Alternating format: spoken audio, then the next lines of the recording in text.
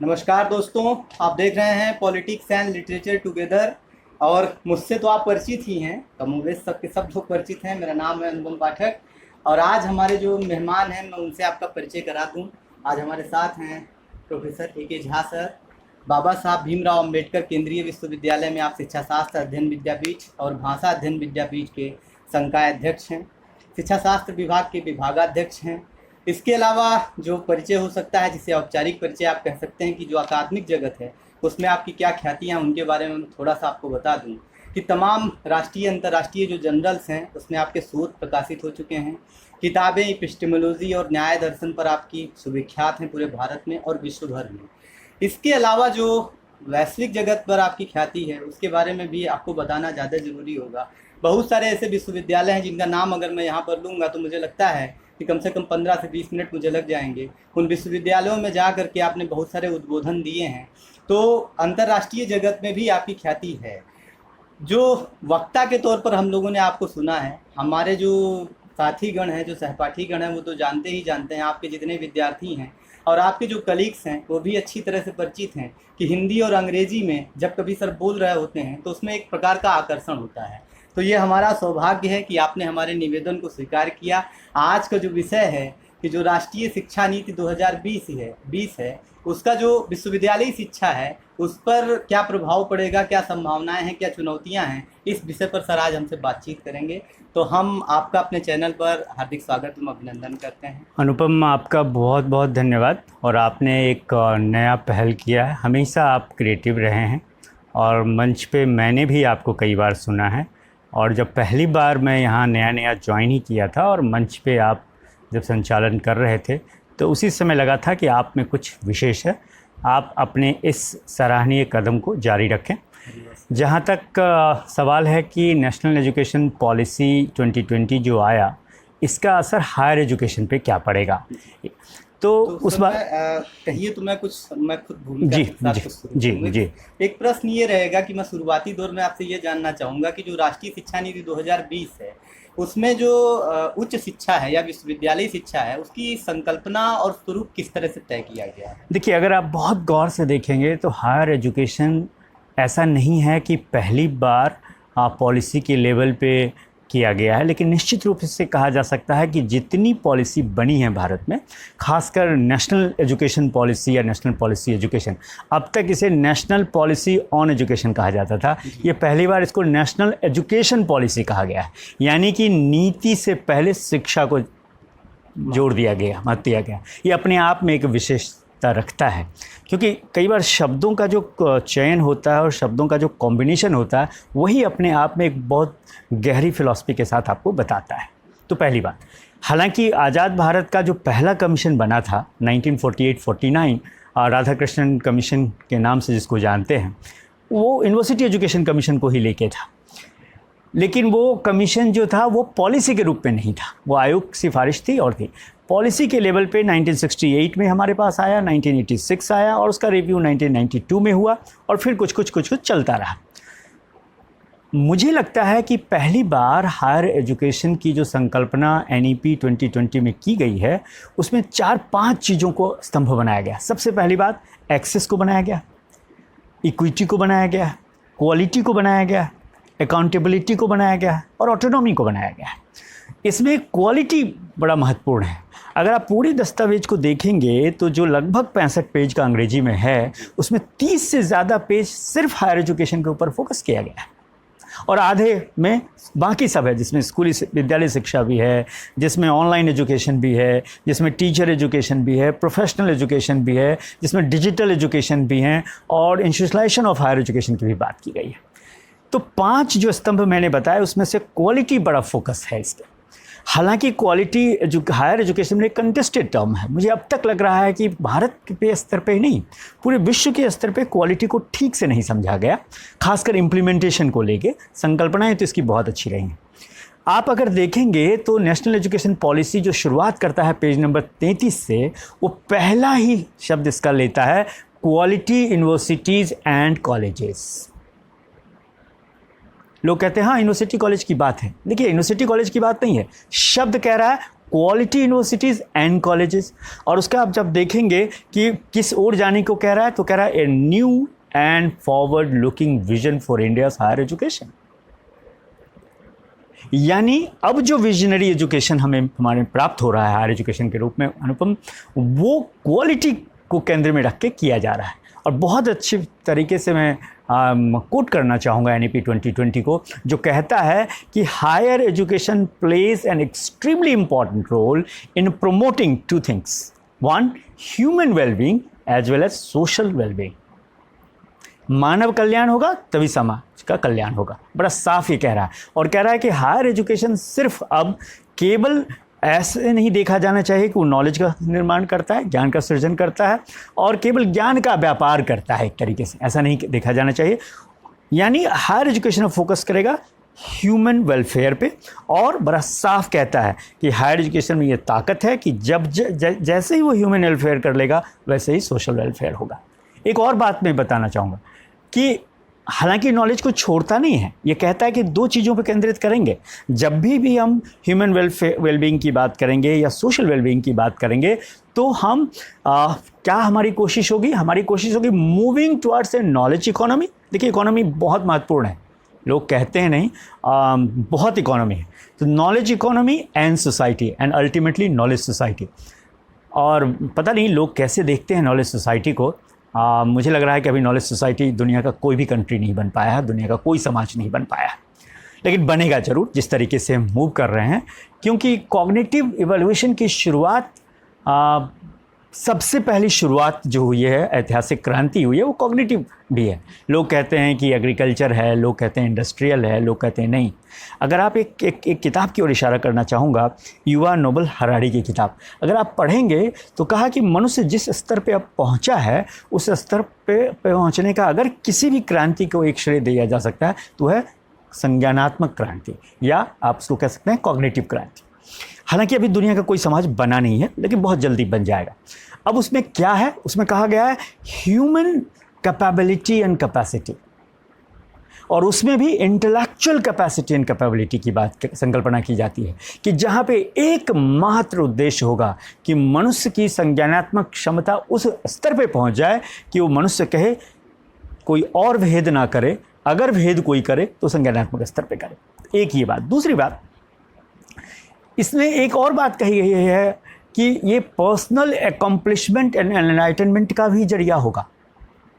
अब जैसे आप राजनीति विज्ञान के छात्र रहे हैं और यहाँ शिक्षा शास्त्र के भी आप छात्र रहे हैं, और आप जैसे शिक्षक अगर आते हैं तो मुझे बहुत प्रसन्नता होगी कि कुछ न कुछ नया होगा और अच्छा होगा। लेकिन आपका, अगर आप चाहते हैं कि नहीं मैं अपनी पोटेंशियल को मीडिया के जरिए भी रियलाइज़ करना चाहता हूँ, एक्चुअलाइज़ करना चाहता हूँ, इसमें कोई बुराई नहीं। तो कह रहा है कि हायर एजुकेशन अब सिर्फ किताबी ज्ञान तक नहीं सीमित होगा, आपका वेलबींग होगा, और आपकी वेलबींग के लिए आपकी जो पर्सनल अकम्प्लिशमेंट है उस पर भी केंद्रित किया जाएगा। अब सवाल एक आ सकता है कि ये कैसे होगा? जाहिर सी बात है जी बिल्कुल, वो आएगा। तो अब देखिएगा कि बहुत दिनों से लोग चिंता कर रहे थे कि पहले हमारी शिक्षा समग्र शिक्षा थी। 64 कला का जो इसमें जिक्र किया गया वो सब एक व्यक्ति में मिल जाता था। वो गा भी लेता था, वो हंस भी लेता था, वो बोल भी लेता था, वो डांस भी कर लेता था, शास्त्रार्थ भी कर लेता था, वो पेंटिंग भी कर लेता था। और जब व्यवहारिकता का स्तर आता है तो अरुणी ऐसा व्यक्ति लेट भी जाता है जब उसे कुछ नहीं दिखता, कहता है इससे कुछ तो पानी बचेगा। आप याद करिए जरा, तमाम उपनिषदों की चीज़ों को आप देखेंगे। तो एक तो ये, दूसरा और क्या होगा? तो इसके लिए कहा गया, हालांकि मुझे लगता है कि इससे संबंधित आप प्रश्न पूछेंगे, और अगर आप आगे चल के देखेंगे तो इसमें कहा गया इंस्टीट्यूशनल रीस्ट्रक्चरिंग एंड कंसोलिडेशन की बात की गई है। यानी आप गौर से देखिए हुआ क्या भारत में अब तक 70 साल में, जितनी संस्थाएं बनी उसने कभी ये जानने की कोशिश नहीं की उसका मूल कर्तव्य क्या है। चाहे उसमें यूजीसी शामिल है, हम और आप जिस फील्ड से आते हैं एनसीटी शामिल है, या टेक्नोलॉजी में देखें तो एआईसीटी शामिल है, या even medical council of India शामिल है, या कोई भी शामिल है। तो इसने कहा कि नहीं, अब हम इसको ठीक से रिस्ट्रक्चरिंग करेंगे, और जब रिस्ट्रक्चरिंग करेंगे तो एक सुप्रीम बॉडी बनाएंगे, और उसका नाम इन्होंने कहा कि हम इसको रखेंगे higher education commission, no, HECI। अब HECI जब रखेंगे तो उसके 4 वर्टिकल्स रखे जाएंगे और चारों वर्टिकल्स के रोल और रिस्पॉन्सिबिलिटी बिल्कुल डिफरेंट होगा। हाँ, एक सवाल आता है लोगों के मन में कि अच्छा अभी जो संस्थाएं चल रही हैं इनका क्या होगा, अब NCT क्या बंद हो जाएगी? नहीं, बंद नहीं होगी, उसके रूल्स को बदल दिया जाएगा। कैसे बदला जाएगा उसके रूल्स को? तो अब उसको एक प्रोफेशनल स्टैंडर्ड सेटिंग बॉडी के रूप में काम करने के लिए कहा जाएगा, चाहे वो कोई भी है। अगर आप और देखेंगे तो संक्षेप में आप देखेंगे तो बहुत अच्छे तरीके से इसने ये भी बताने की कोशिश की है NEP 2020, जो अन्य पॉलिसी से बिल्कुल अलग है, जो मुझे लगता है गौर से पढ़ेंगे आप, कि कहा कि अब सिर्फ पढ़ाई लिखाई नहीं, कम्युनिटी इंगेजमेंट। मैं लगातार कहता रहा हूँ जो आपका जी कि महाविद्यालय कहते हैं कि गांव को गोद लो, गांव की गोद नहीं लेना है, महाविद्यालय और विश्वविद्यालय को गांव की गोद में जाना है और उससे सीखिए और तब लाइए, क्योंकि अल्टीमेटली फिर आपको वहीं जाना है, हम सबको वहीं जाना है, वहीं जाना है, तो क्यों ना हम करें। तो इसमें अच्छा एक चीज़ और कही गई कि optimal learning environment and support students किया जाएगा। अब ऑप्टिमल लर्निंग एनवायरनमेंट के लिए क्या किया जाए? मैं हमेशा से कहता रहा कि अंबेडकर विश्वविद्यालय की जब स्थापना की गई और सच में डाउन ट्रोडन लोगों के लिए की गई, तो इसको सिर्फ कास्ट के आधार पर नहीं किया जाना चाहिए था।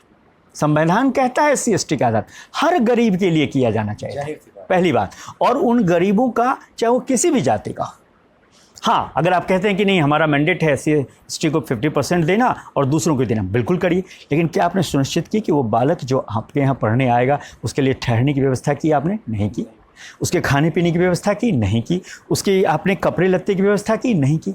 आप कहते जिस दिन बाबा साहब भीमराव अंबेडकर विश्वविद्यालय में आपका नामांकन होगा, उस दिन से लेके जब तक आप ग्रेजुएट होके जाएंगे, चाहे PG के लेवल पे, चाहे UG के लेवल पे, चाहे MPhil के लेवल पे, चाहे PhD, आपको कुछ नहीं सोचना है, सिर्फ और सिर्फ डॉक्टर अंबेडकर की तरह आपको अध्ययन करना है। और अध्ययन कर लेने के बाद आपको जो भी क्षेत्र लगे कि इसमें आप महसूस कर पाते हैं, उसमें जाइए आप करने के लिए, लेकिन नहीं किया गया। और इसलिए मैं कहता हूँ कि केवल जातिगत आधार पर नहीं, ठीक है संविधान की आवश्यकता थी, की गई, लेकिन 70 साल के बाद फिर से सोचिए, गरीब सब में है, उन लोगों के लिए भी वही व्यवस्था होनी चाहिए थी। तो अभी भी मुझे लगता है कि जब आप ऑप्टिमल लर्निंग की बात करते हैं तो एक छात्र की सभी प्रकार की आवश्यकताओं को ध्यान में रखते हुए विश्वविद्यालय के ढांचा को खड़े करना होगा। शायद ऐसा होगा, हम और आप यही सोच सकते हैं और हम ऐसी सलाह भी दे सकते हैं। इसी तरीके से आप देखेंगे, 2 मिनट में मैं अपनी बात और कर लूँ, इसने फाइनेंशियल सपोर्ट फॉर स्टूडेंट्स की भी बात की है। इसने motivated, energised and capable faculty की बात की है। आपने बहुत अच्छा उपयोग किया इस लॉकडाउन का कि चलो कुछ लोगों से बात की जाए और लोगों तक पहुंचाई जाए, लोग सुनेंगे, समझेंगे, जानेंगे, उस पर प्रतिक्रिया व्यक्त करेंगे, तो दोनों तरफ से लोगों को और समाज को सीखने को मौका मिलेगा। मैंने पहले ही कह दिया कि इक्विटी एंड इंक्लूजन की भी बात की गई है। अगर आप गौर से देखेंगे तो संक्षेप में मैं ये कहना चाहूँगा कि करीब करीब हर डायमेंशन को नेशनल एजुकेशन पॉलिसी 2020 लिया और यूनिक इस मायने में है। कई लोग ये सवाल पूछते हैं कि यूनिक क्यों है। यूनिक इस मायने में है कि जो कुछ सोचा गया 1968 के पॉलिसी में, जो कुछ सोचा गया 1986 के पॉलिसी में, जो कुछ सोचा गया 1992 के रिव्यू में, आचार्य रामामूर्ति जब वो कहते हैं कि मूल्य आधारित शिक्षा चाहिए, मूल्य की भी बात की गई है कि केवल आप संज्ञानात्मक स्तर पे नहीं, आप एक एथिकल पर्सन भी हो और आप एक एम्पैथेटिकल पर्सन भी हो, एम्पैथी भी रखते हो समाज के लोगों से। तो संक्षेप में NEP के बारे में ये कहना था। अब आपके जो प्रश्न होंगे मैं उसका उत्तर देना चाहूँगा। पहले तो मैं जो है फिर आपकी थोड़ा सा परिचय को आगे बढ़ाऊंगा। मेरी ये धारणा थी कि मैं शुरू में कुछ बोलूँगा, लंबा बोलूँगा तो लोगों को लगेगा कि थोड़ा डिस्ट्रैक्ट हूँ। मैं जब आपका विद्यार्थी रहा, शिक्षा शास्त्र विभाग विद्यापीठ का मैं हिस्सा था, बाबा साहब भीमराव अंबेडकर केंद्रीय विश्वविद्यालय में आपका आगमन होता है। उससे कुछ दिन के बाद एक सेमिनार था हमारे यहाँ संगोष्ठी में, मंच पर से एक प्रोफेसर बोल रहे थे, मुझे याद नहीं है वो कौन से आचार्य थे, बड़े बड़े महनीय विद्वान उसमें थे, नाम याद नहीं रहा। उन्होंने मंच से कहा कि मैं जब से आज तक प्रोफेसर झा से मिला हूँ और जब से मैंने इनसे देखा है, जब से इनसे मेरा परिचय हुआ है, तब से आप डीन ही।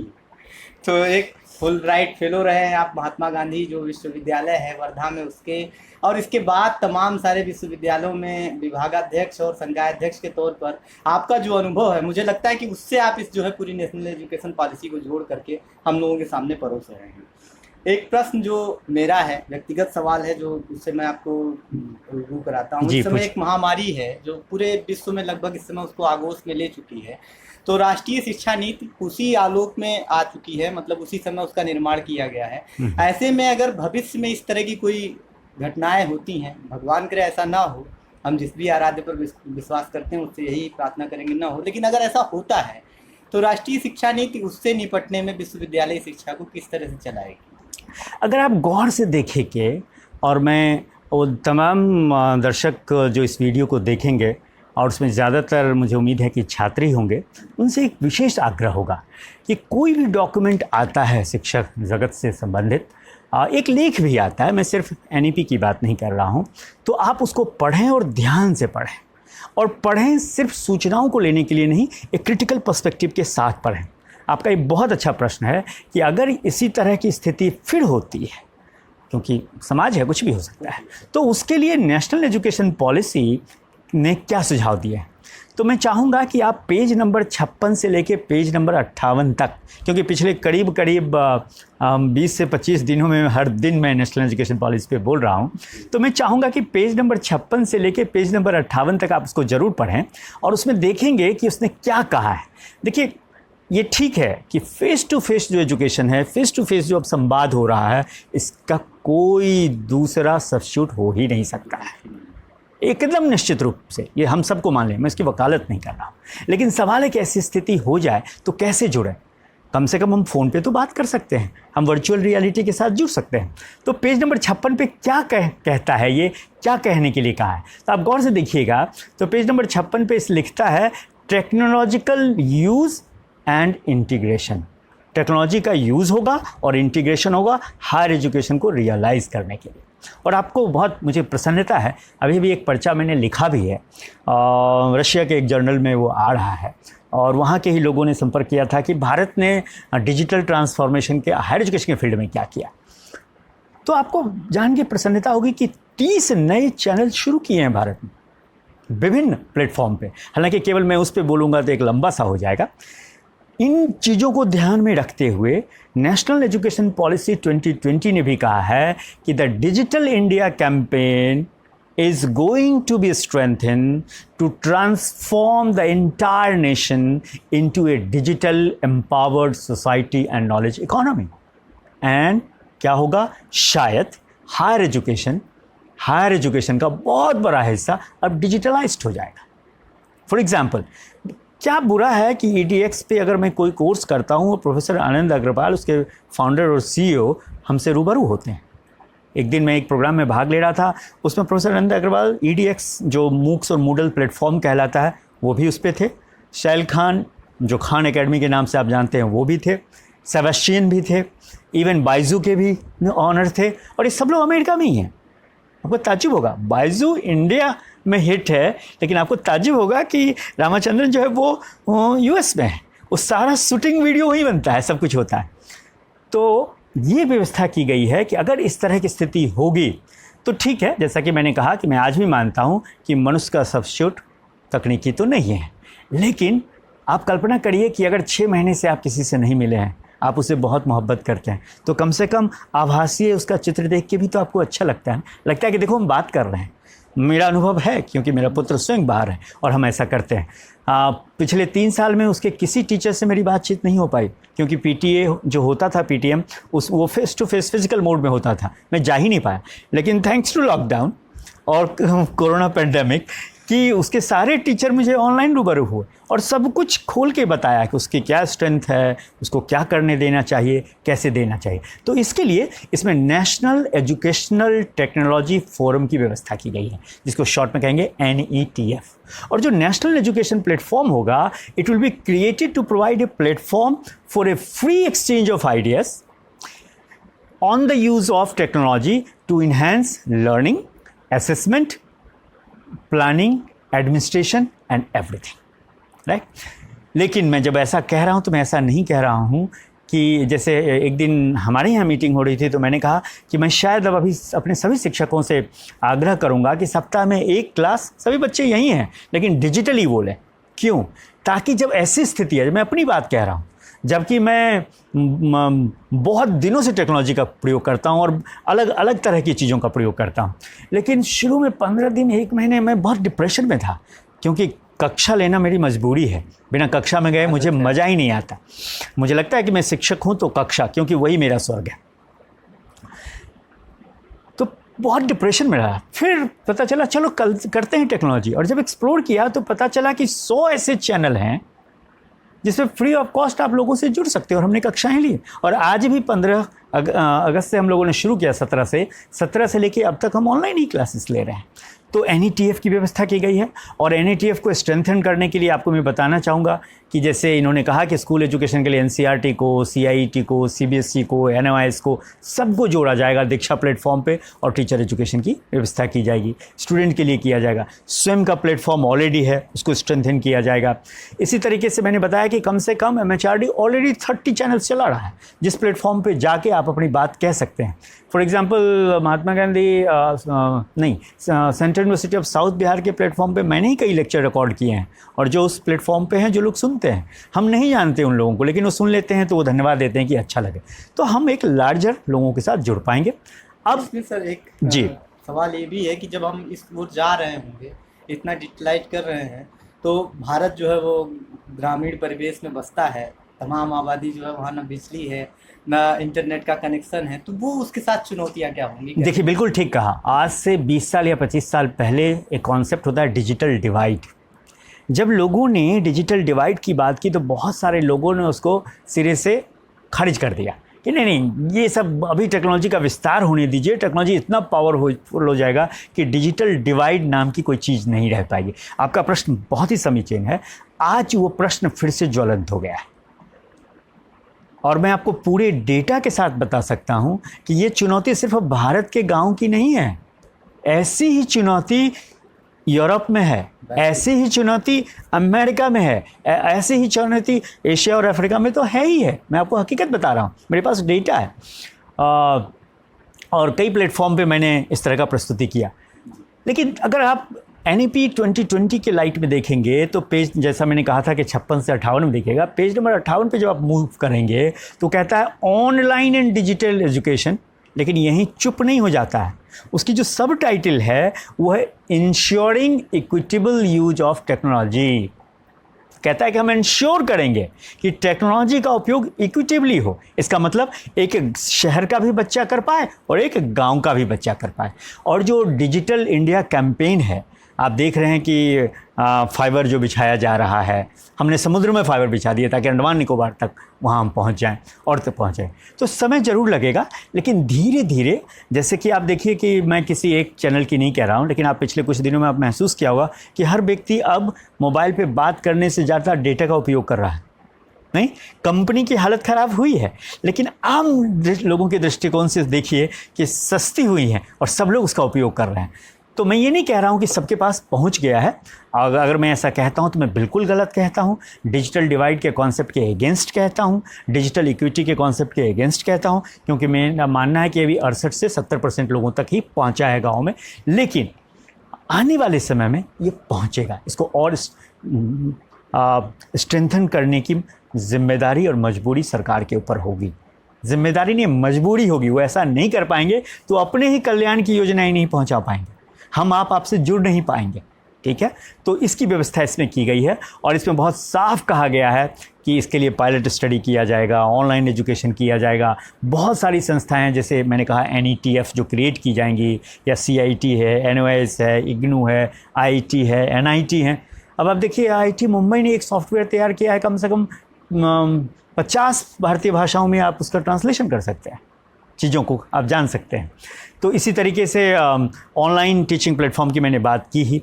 और रही बात एक्सेस और डिजिटल डिवाइड के लिए, तो मैं कोट करना चाहूँगा इन्होंने क्या कहा है। इन्होंने कहा है कि given the fact that there still persist a substantial section of the population which digital access is highly limited, the existing mass media such as television, radio and community radio will be extensively used for telecast and broadcast.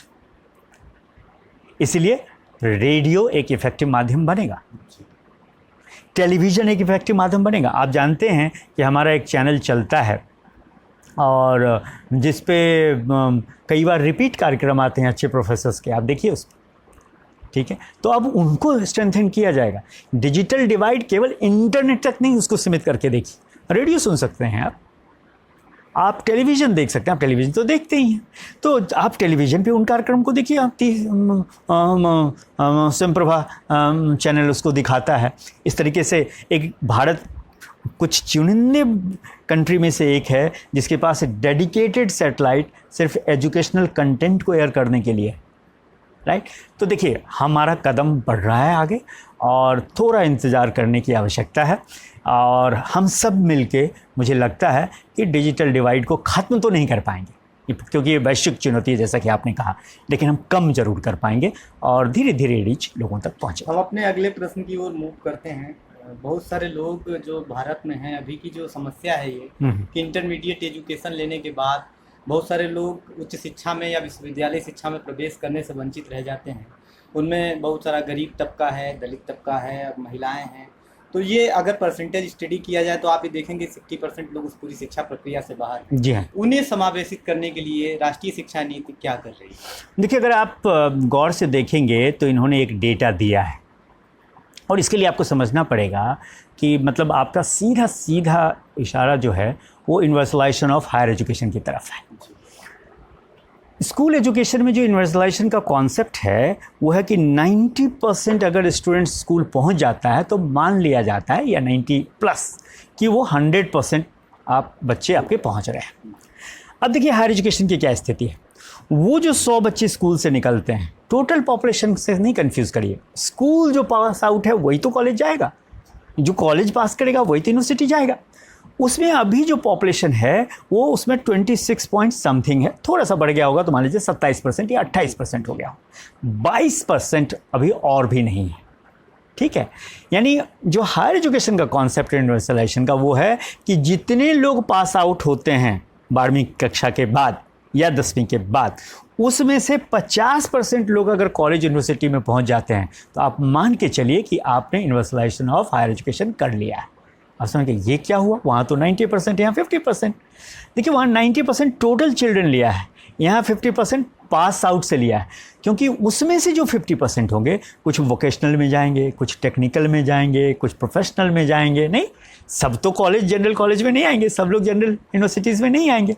तो ऐसा माना गया और बहुत साफ कहा गया है, अगर आप गौर से इस पॉलिसी को देखेंगे कि बाय 2030 राइट हमारी कोशिश होगी कि 26 पॉइंट समथिंग जो परसेंटेज है उसको 50% तक हम ले जाएंगे। और आपको ताज्जुब होगा अगर गौर से आप पढ़ेंगे में कि आने वाले समय में, इसलिए जो शिक्षित युवा हैं उनके पास रोज़गार की कमी नहीं होने जा रही है। मैं कह रहा हूँ अगर सच में इस पॉलिसी को कानूनी दर्जा दे दिया जाए। आपको पता है ये पॉलिसी है, ठीक है, ये कानून नहीं है। ये तभी प्रभावी होगा जब ये कानून बनेगा। और अगर इसको सरकार अगर इसको लीगल टीथ दे देती है, लीगल पावर दे देती है, और वो होने जा रहा है, तो हर डिस्ट्रिक्ट में एक यूनिवर्सिटी होगा, कम से कम एक हाई क्वालिटी का कॉलेज होगा। और भारत ये करेगा, भारत के पास दूसरा कोई चारा नहीं है। अगर आप अपनी स्थिति चाइना से करेंगे तो आपको ताज्जुब होगा, 1947 में उसके पास कम थी यूनिवर्सिटीज, हमारे पास ज़्यादा थी। इवन 60-70 तक उसकी हालत ख़राब थी, लेकिन उसने रियलाइज़ किया कि ये करना ही पड़ेगा। और जबकि चाइनीज़ सबसे ज़्यादा विदेशों में पढ़ते हैं, मैं आपको बता दूं, एशिया का अगर कोई जाता है तो इंडिया नहीं है नंबर 1 पे, चाइना है नंबर 1। तो ये करना ही पड़ेगा और इसके लिए साफ कहा है कि हम ऐसा करेंगे, यानी एक्सपेंशन, क्योंकि एक्सेस और इक्विटी को इंश्योर करने के लिए आपको एक्सपैंड करना पड़ेगा, और एक्सपैंड करने के लिए विद्यालय महाविद्यालय खोले ही जाएंगे। इसीलिए देखिए 3 तरह के विश्वविद्यालय की कल्पना की गई है, research oriented, teaching oriented and autonomous colleges. आज बहुत सारी चीज़ें डिले इसलिए होती हैं कि इतना लार्ज है कि वो मैनेज ही नहीं हो पाता है, जितना छोटा हुआ वो मैनेज कर पाएगा। तो वही स्थिति, अब कल ही एक फ़ोन आया मेरे पास, सर कितने बीएड कॉलेज हैं आपके यहाँ? हमने कहा कि देखिए हमारा सेंट्रल यूनिवर्सिटी है और हम सिर्फ एक ही डिपार्टमेंट हमारे पास, हम उसी को अच्छा कर लें, बहुत अच्छी बात है, और सबको ऑटोनॉमी कर दिया जाए।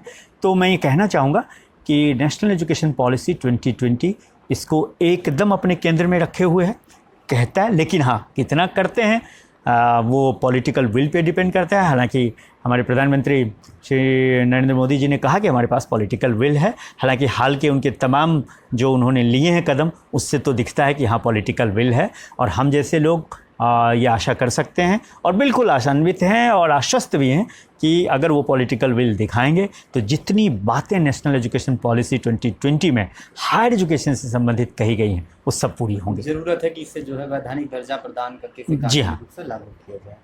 जाहिर है कि आप जब बात करते हैं इंक्लूसिव एजुकेशन की बात करते हैं, अप्लाइड चीज़ों की बात करते हैं, अनुप्रयोगिक चीज़ों की बात करते हैं, तो कम से कम आपको व्यवहारिक तौर पर उसे लागू करने की भी ज़रूरत है। सर जब हम लोगों से जुड़े थे, जैसे अभी एक बात कर रहे थे सर कि आप जब आज जो है जो कम्युनिटेरियन अप्रोच है वो आपको अपनाना पड़ेगा शिक्षा के अंदर। आपका आगमन हुआ, हम लोग कभी साथ बहुत ज़्यादा बैठने में हम लोगों की रुचि नहीं थी।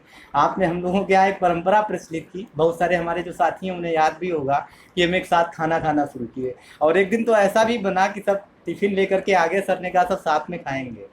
मैं आपसे ही प्रभावित था। मैंने मंच पे जाकर के अचानक कहा था, चूँकि आपको सुनता ही रहता, मैंने कहा कि आज हम खाना खाएंगे नहीं, आज हम ये सीखेंगे कि खाना कैसे खाया जाता है। तो वो आपने हम लोगों को सिखाया है। जाहिर है कि अगर हमारी शिक्षा नीति उस तरफ बढ़ती है तो वो हमारे देश के लिए बहुत कुछ बेहतर कर सकती है जी।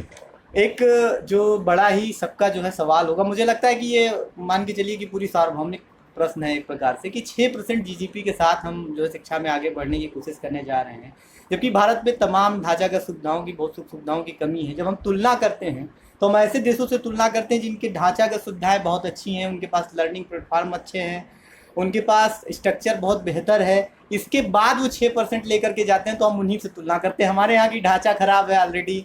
जो हमारा 6% जीडीपी है उसका जो मेजर एरिया है वो चला जाता है, मेजर क्वांटिटी वो तनख्वाह में चला जा रहा है, सैलरी में चला जा रहा है। वैसे में हम कैसे कोप अप कर पाएंगे? देखिए ये बहुत ही समीचीन प्रश्न है, और मैं आपको थोड़ा सा इतिहास में ले जाना चाहूँगा। बिल्कुल सही प्रश्न आपने पूछा, और मैं एनईपी का ही सहारा ले रहा हूँ कि एनईपी कहता है कि आप अगर एक शिक्षित व्यक्ति हैं, आप पढ़े लिखे हैं, तो आप में 21st सेंचुरी के स्किल्स होनी चाहिए। और 21st सेंचुरी के जितने भी स्किल हैं, चाहे वो सॉफ्ट स्किल हैं, उसमें क्रिटिकल पर्सपेक्टिव का होना सबसे इम्पॉर्टेंट माना गया है। केवल सूचना ही ना हो, सूचना को बड़ा ही क्रिटिकली आप इवैल्यूएट करिए और तब आइए। तो मैं इसी का सहारा लेता हूँ। हालांकि कुछ लोगों को शायद ये बात मेरी अच्छी ना लगे कि ताज्जुब की बात है कि 1968 में भी 6%, 1986 में भी 6%, 1992 में भी 6%, 1998 में भी 6%, और आज भी जब ये डॉक्यूमेंट बना है तो ये डॉक्यूमेंट कहता है 6%। इसका मतलब मुझे लगता है कि वो लोगों ने, जिन लोगों ने लिखा, ठीक है, क्योंकि इसका कोई रिसर्च आधार नहीं है, और मुझे लगता है कि शिक्षा की जगत में जो शिक्षा से संबंधित लोग हैं वो जब इस तरह की बात कहते हैं उनके पास एक रिसर्च होना चाहिए। अनुपम, मैं आपकी बात से बिल्कुल सहमत हूँ कि क्या 6% से ये हो पाएगा? क्यों 6%? तो दोनों को मिला के मैं उत्तर दूंगा। पहले भी आपसे मेरी इस मुद्दे पर बहस हो चुकी है, बातचीत हो चुकी है, और बड़ा ही आपने उस समय मार्गदर्शन किया था कि नहीं, जिस तरह से हम लोग मूव कर रहे हैं, हम बार बार उसी चीज़ को दोहराने की कोशिश कर रहे हैं। सन 1964 से हम शुरू हुए हैं और अब तक चले आ रहे हैं, ये नकारात्मक है शिक्षा के साथ अन्याय। जी, इसलिए भी है क्योंकि देखिए आप कह रहे हैं 6%, आप कहते तो रहे, कर पहले भी नहीं रहे थे और अभी भी आप नहीं करेंगे तो क्या कर लेंगे हम? बड़ी साफ सी बात है। देखिए इसमें कोई हम आपको दोष भी नहीं देंगे, लेकिन अगर पॉलिसी के लेवल पे आप बात करते हैं तो मैं ये पूछना चाहूँगा कि क्या आपने कोई रिसर्च किया? आपके पास कोई रिसर्च फाउंडेशन या बेस है जिसके आधार पे कह पाएँ कि 6% ऑफ जीडीपी खर्च करेंगे तो ये सब हो जाएगा? मेरा तो मानना है कि 10% जीडीपी खर्च करने से भी नहीं होगा। आप कैलकुलेट करके देख लीजिए। मैं इकोनॉमिस्ट नहीं हूँ, लेकिन मैं चाहूँगा कि भारत के इकोनॉमिस्ट और एजुकेशनिस्ट दोनों साथ हैं, और प्लानिंग मेकर भी आए साथ, और नीति आयोग भी साथ है, और ज़रा एक रिसर्च करके देखें कि जिस तरह की संकल्पनाएं की गई हैं, जिस तरह के लॉफ्टी आइडियाज़ को लिए गए हैं, और बहुत ही आदर्शपूर्ण है ये, मैं आपको सच कह रहा हूँ, उन सबको करने के लिए 10% कम नहीं है। और फिर दूसरा सवाल, बिल्कुल ठीक कहा आपने कि जहाँ पहले से संसाधन इतने कम हैं, क्यों 6% पर टिके रहे? ये मेरे भी समझ के परे है। क्यों आप कहते हैं कि 6% बहुत होगा? क्योंकि आप जापान का एग्जाम्पल दे देते हैं, यूएस का एग्जाम्पल दे देते हैं, चाइना का एग्जाम्पल दे देते हैं, जर्मनी का देते हैं। अरे आप साउथ अफ्रीका का उदाहरण क्यों नहीं लेते हैं?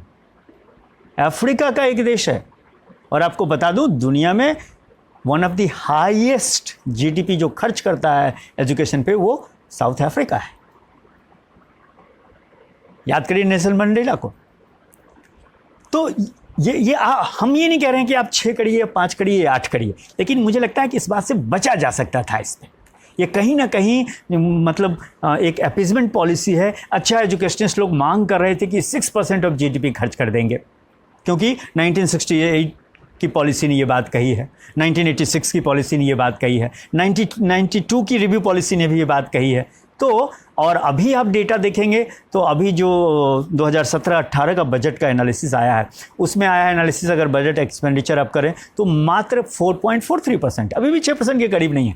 तो कहेंगे लोग खुश हो जाएंगे, अच्छा अभी हम 4.43% कर रहे हैं तो 6 खर्च कर देंगे लोग। लेकिन हम जैसे लोग खुश नहीं होंगे। हम चाहेंगे कि आप 4 नहीं करिए, 5 नहीं करिए, 6 नहीं करिए, जितनी आवश्यकता है उतना सारा कर दीजिए। और दुनिया के कुछ ऐसे कंट्रीज़ हैं, मैं नाम नहीं लेना चाहूँगा वरना लोग कहेंगे कि आप हमेशा उदाहरण जो है एक विकसित राष्ट्र का देते हैं। उस कंट्री दुनिया का सबसे छोटा कंट्री में से एक है, लेकिन उसका पहला प्राइम मिनिस्टर ने कहा था कि जब हम एजुकेशनल मेजर्स को स्ट्रेंथन करेंगे तो हमारी इकोनॉमी आसमान को छुएगी। और ये हकीकत है जो लोग नहीं समझ पा रहे हैं अभी भी।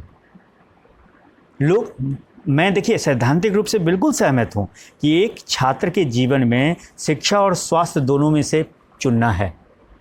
तो भाई जब तक वो स्वस्थ नहीं होगा शिक्षा कहाँ से लेगा? तो स्वास्थ्य पे आप खर्च करिए, लेकिन स्वास्थ्य के साथ साथ शिक्षा करना पड़ेगा। आप शिक्षित करिए, देखिए स्वास्थ्य पे खर्च कम हो जाएगा। भारत में हेल्थ की स्थिति खराब इसलिए है क्योंकि एजुकेशन की स्थिति खराब है। एजुकेशन की स्थिति को आप ठीक करिए, मैं कह रहा हूं आपको हेल्थ की स्थिति ठीक हो जाएगी।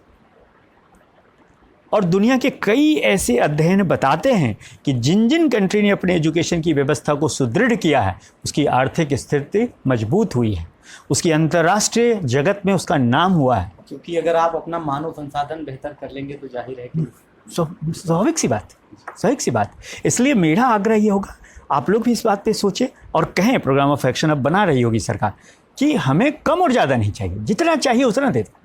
आपने बिल्कुल ठीक कहा। अच्छा एक और, अब जब 6% जीडीपी की बात की जाती है तो कहते सरकार ये करेगा।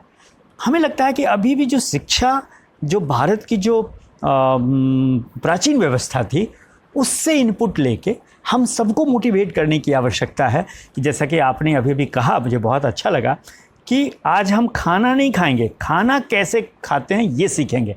आपने इतनी गहरी बात कही कि कोई अगर इस बात पे सोचेगा तो पूरा समाजशास्त्र उसमें देखेगा। खाना तो सड़क पे किनारे हर कोई खाता है, घर में भी अकेले खा लेता है, लेकिन आज कभी आपने सोचने की कोशिश की गांव के भोज की क्या खासियत होती है? जिस दिन भोज खाना एक बच्चा जाता है या एक युवा जाता है, एक वृद्ध जाता है, तो उत्साह क्यों होता है ज़्यादा? क्यों नहीं उन परंपराओं से सीख के शैक्षिक महाविद्यालयों में, विश्वविद्यालयों में उन चीज़ों को लाना जाता है? और मेरा, अगर आप मुझसे पूछेंगे, तो जब मैं यहाँ ज्वाइन करने के लिए आ रहा था और मैं हर उस जगह पे जाना चाहता हूँ जो मेरे लिए एक चुनौती देता है। क्या बात? तो लोगों ने कहा कि वहाँ ऐसा है, वैसा है, ये है, वो है। तो मैं सोचता रहा कि इसको कैसे कम किया जाए, कैसे कम किया जाए। तो मुझे लगा कि एक तरीका हो सकता है और मुझे सफलता भी मिली थी। हालांकि देखिए, समाज का हर वर्ग, दुर्भाग्य से राजनीति से मुझे परहेज नहीं है। मैं तो खुलेआम कहता हूँ कि शिक्षा एक राजनीतिक विषय ही है। राजनीति के परे शिक्षा हो ही नहीं सकती है। हेनरी ज़ीरो को पढ़िए, माइकल एप्पल को पढ़िए और बहुत सारे लोगों को पढ़िए, और भारत के भी लोग नहीं कहते हैं तो मैं कहता हूँ, और इवन रजनी कोठारी को पढ़िएगा पॉलिटिक्स ऑफ नॉलेज में। सर, एक बड़े स्कॉलर जो हैं, जिन्हें राजनीति विज्ञान के जो जनक हैं, उनके गुरु के रूप में ख्याति प्राप्त है। रिपब्लिक को बताया जाता है कि वो शिक्षा पर लिखा गया कवि। बिल्कुल बिल्कुल एकदम सच है। तो राजनीति से अलग नहीं कर सकते आप, राजनीति होना चाहिए। लेकिन देखिए, लेकिन आज जिस तरीके से राजनीति शब्द का प्रयोग किया जाता है कि वो नेगेटिविटी करके अपनी आइडेंटिटी को चमकाने के लिए और अपनी को सेंटर में लाने के लिए, तो वो लोग करते रहेंगे। मोदी जी की एक बात बहुत अच्छी लगती है, उन लोगों को अपना काम करने दीजिए और आप अपना काम करिए। तमाम मीडिया के वो बंधु जो एक ख़ास तबका, ख़ास तरह के माइंडसेट रखते हैं, वो उनकी कितनी आलोचना करते रहे, लेकिन किसी ने देखा एक व्यक्ति जो ज़मीनी हकीकत पे काम किया, वो व्यक्ति वहाँ पहुँचता है।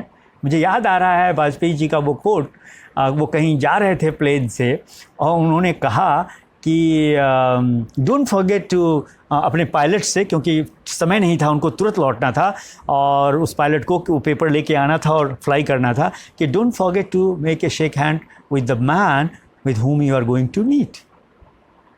और जब देखा तो एक मामूली सामान्य सा व्यक्ति, और वो किया, और जब बने वो प्रधानमंत्री तो उस व्यक्ति ने टाइम्स ऑफ इंडिया में आर्टिकल लिखा और मैंने पढ़ा। मेरा कहने का मतलब ये है कि वो तमाम जुझारू लोग जीवन में किसी जात, किसी धर्म, किसी व्यवस्था से आते हों, जिसने अपने मेहनत पे पाता है, उससे हम एजुकेशनिस्ट को सीखने की आवश्यकता है कि हम अपने स्तर पे ऐसा क्या करें कि समाज की वो व्यवस्थाएं जो कहीं डिरेल्ड हुई थी किन्हीं कारणों से, हम और आप दोषी नहीं हैं सबके लिए। जो आज का एक वर्ग समझता है कि हर चीज़ के लिए हम ही आप दोषी हैं, हम और आप नहीं हैं, लेकिन मान लीजिए ऐसा हुआ है तो हम और आप कैसे इसको ठीक कर सकते हैं, और ये हमारा कर्तव्य है। और शिक्षा, खासकर उच्च शिक्षा, इस ओर केंद्रित होनी चाहिए, ये मेरा मानना है जी। अब मैं आगे बढ़ने से पहले एक बात आप लोगों को बता दूं, यहाँ तक मेरे प्रश्नों का जो पूरा लेखा जोखा है खत्म हो चुका है। मैं 2 ही 3 प्रश्न इसलिए सिलेक्ट किया था, सर की जो लोकप्रियता है, मैंने ओपन मंच दे रखा था, फेसबुक पर, व्हाट्सएप पर और मैसेंजर पर भी मैंने सवाल आमंत्रित किए थे, तो मेरे पास लगभग 70-80 के आसपास सवाल आए। मैंने उन्हें मर्ज करने की कोशिश की, कुछ को क्लैसिफाई करके बाहर करने की कोशिश की, तो अब भी मेरे पास 20 से 25 प्रश्नों का एक जत्था है। तो मैं उसे, जो मेरे जो दर्शक हैं उनके प्रश्नों के जो उत्तर हैं वो मैं एक और परिचर्चा पार्ट 2 में लेकर के आने की कोशिश करूंगा। तो अभी ये भाग 1 है, इसके बाद कल हम आपके सामने लेकर के आएंगे परिचर्चा का भाग 2। तो अभी हम आपसे विदा लेते हैं, कल भी आप इसे लगातार देखते रहिए।